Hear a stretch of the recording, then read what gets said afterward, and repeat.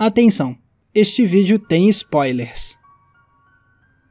Quando surge uma continuação ou uma refilmagem de um filme muito clássico, é normal a gente olhar e perguntar: pra quê? Por que fazer essa obra? E isso pode ter muitas respostas diferentes. E uma delas é para mostrar como essa história pode falar sobre os dias de hoje. E é essa proposta que parece conduzir O Massacre da Serra Elétrica, O Retorno de Leatherface, novo filme dessa franquia, que começou lá em 1974 com o clássico dirigido por Tobe Hooper. Só que o novo filme ignora todas as sequências que vieram antes e se propõe a ser uma continuação direta do longa original.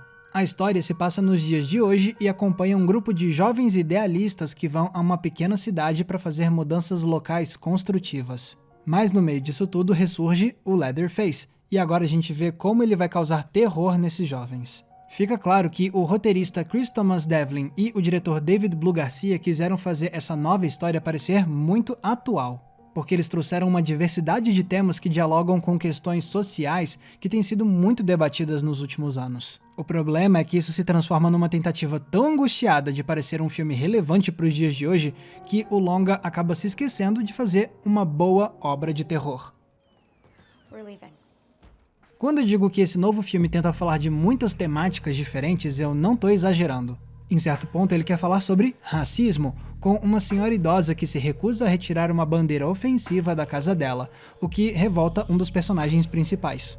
Mas eles também querem falar sobre a divisão política do país entre a direita e a esquerda, colocando jovens progressistas trocando farpas com um conservador que se orgulha do seu porte de armas. E falando em jovens, o longa também quer falar sobre o uso de redes sociais e cultura de cancelamento. E se isso não bastasse, o longa também quer abordar a ideia do trauma sofrido por sobreviventes, seja com a protagonista do filme original retornando para confrontar o Leatherface, ou com a nova protagonista, que é uma sobrevivente de um atentado terrorista que aconteceu na escola dela. Ufa! E olha, não tem nada de inerentemente errado num filme que quer falar sobre vários temas. Até porque essas subtramas poderiam ter feito o novo Massacre da Serra Elétrica ficar muito bom. A questão do racismo é de fato aterrorizante e pode criar cenários de horror perturbadores. Já conflitos políticos podem levar a atos horrendos vindos de extremistas, especialmente quando você tem uma nação obcecada com a liberdade de ter armas de fogo. O tema das redes sociais poderia ser usado para falar sobre como nossos comportamentos online são diferentes das nossas ações na vida real. E a questão da mulher confrontando o seu agressor poderia dar origem a uma personagem inesquecível. O problema é que nenhuma dessas temáticas é bem aproveitada. Pelo contrário, todas são ou subaproveitadas ou só criam momentos risíveis. A questão do racismo surge e some do filme num piscar de olhos. A divisão política entre direita e esquerda até que é subvertida numa virada interessante, mas também desaparece rapidamente do longa. O trauma da Sally dá origem a um plot de vingança que parece ter sido colocado lá de última hora. Só a Layla, com o trauma de ter sobrevivido ao ataque na escola, é a única personagem minimamente profunda e que tem uma certa evolução. Mas essa subtrama de potencial rico acaba perdendo força porque tá jogada ali no meio de mais um monte de outras temáticas forçadas pelo filme. E também tem a questão das redes sociais, que cria o momento mais ridículo do longa. Porque em certo ponto o Leatherface chega numa festa cheia de jovens. E a primeira reação deles ao ver esse maníaco com uma motosserra é sair correndo? Não, é pegar os celulares pra filmar.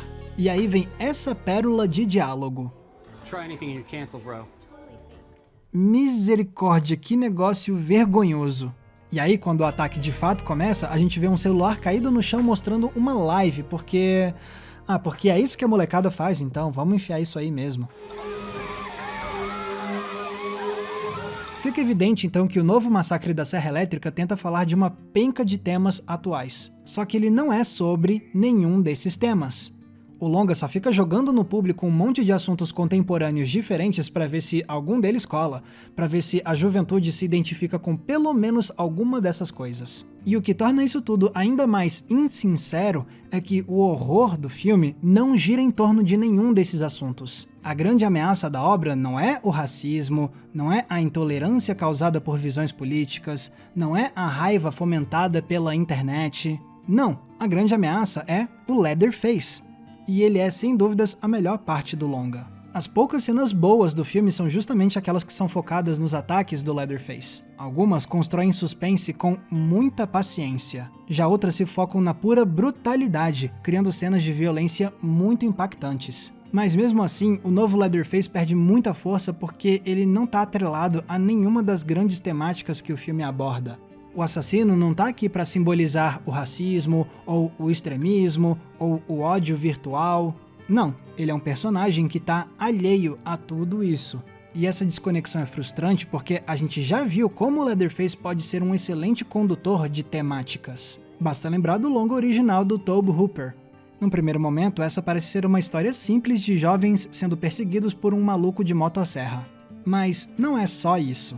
Essa é uma história sobre jovens rebeldes que caem na estrada, se afastando dos pais deles, mas, ao mesmo tempo, procurando suas raízes na fazenda antiga da família. E aí eles encontram não só um maníaco mascarado, mas também toda a família dele, repleta de psicopatas. Então, o Massacre da Serra Elétrica também é uma história sobre uma geração que está apavorada com a ideia de se tornar os seus próprios pais. Os jovens que deixam as famílias para trás e caem na estrada são admiráveis na sua tentativa de se encontrarem no mundo. Mas o Leatherface é o oposto disso. Ele é um homem que não conseguiu se rebelar contra o pai dele. Ele é um homem que ficou preso nas raízes da família dele e, por isso, acabou se tornando um monstro como as gerações anteriores. E isso tudo dialogava com o contexto em que o filme foi lançado. Sendo uma obra do início dos anos 70, o Massacre da Serra Elétrica falou com uma geração de jovens que estavam desiludidos com os Estados Unidos. Um país que se revelou corrupto com o presidente Nixon e brutal com a guerra do Vietnã. Essa era uma geração que queria se rebelar contra as próprias raízes. Mas e se esses jovens depois envelhecessem e se tornassem exatamente como as gerações anteriores? E se, assim como o Leatherface, eles não conseguissem se livrar de suas raízes e também se tornassem os monstros que eles queriam combater? O Leatherface original, então, era aterrorizante não só pelo seu visual e pela sua brutalidade, mas também porque ele era um símbolo de um medo que tomou conta de uma geração. Mais do que o antagonista, o Leatherface era também o fio condutor das temáticas que o longa queria explorar. E é justamente isso que não deixam o novo Leatherface fazer. Eles se focaram nele somente como uma figura assassina, ao invés de amplificar o horror do personagem por meio das temáticas maiores com as quais o filme finge se importar. Claro, o longa não tem a obrigação de conectar o Leatherface a temáticas específicas. O personagem não precisa ser símbolo de algo. Nesse caso, uma leitura possível para o novo filme seria uma mais nihilista, uma em que o Leatherface representa a morte que inevitavelmente chega para todos nós. A morte que é alheia a ideais políticos e a conflitos culturais. A morte que vai levar todo mundo, independentemente de quem sejamos ou no que acreditemos. Só que em nenhum momento a direção do longa traz esse tipo de postura. O filme não tem um desprendimento nihilista. Pelo contrário, dá pra ver que o longa se importa muito com certos personagens, em especial com a Layla. Isso fica evidente pela empatia que vemos na encenação dos dramas e dos traumas da personagem. Assim, fica parecendo que o filme não sabe o que fazer com o seu vilão. Eles se perdem na hora de fazer o Leatherface ter qualquer tipo de diálogo com os temas do filme, e isso apaga grande parte desse personagem que deveria ser a maior força da obra.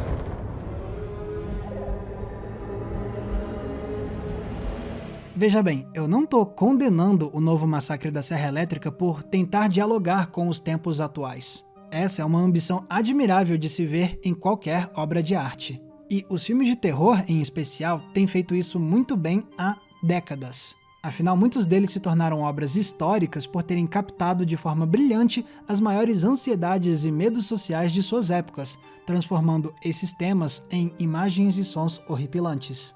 Mas qual é o medo dos dias atuais que o novo Massacre da Serra Elétrica quer captar? Qual ansiedade social ele quer processar e transformar em algo artístico? No fundo, nenhuma. Ele até tenta nos convencer de que ele está discursando de forma instigante sobre vários problemas contemporâneos. Mas basta prestar atenção para ver que isso tudo não passa de decoração narrativa. O filme usa essas ansiedades como se fosse um bingo dos traumas deixados pela era Donald Trump, tentando desesperadamente parecer relevante para os dias de hoje. O que resta no fim é uma obra que fica posando de profunda e atual, mas que não tem nada a dizer. E nesse processo, ela ainda por cima enfraquece um dos personagens mais importantes do cinema.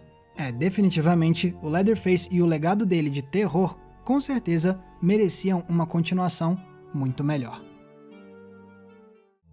Galera, muito obrigado por terem conferido o episódio de hoje. E o que vocês achariam de participar de um cineclube comigo? É isso que pode acontecer caso você entre na nossa comunidade de apoiadores no Apoia-se. Porque os nossos apoiadores ajudam a financiar o nosso trabalho todos os meses e aí, para agradecer, eu produzo conteúdos exclusivos para essa galera. Tem recomendação de filme, tem grupo fechado, tem live exclusiva e tem o nosso Cineclube Entre Planos para a gente debater um filme por mês via videoconferência. Você confere todos os detalhes da nossa campanha clicando no link que está aqui embaixo na descrição. E se quiserem me ouvir falando ainda mais sobre cinema, vocês podem ouvir o meu podcast, o Cena Aberta, que sai 2 vezes por semana, e vocês também podem me acompanhar nas redes sociais usando os nomes que estão aparecendo aqui embaixo de mim. Mais uma vez, muito obrigado pela audiência, um abraço e até a próxima sessão.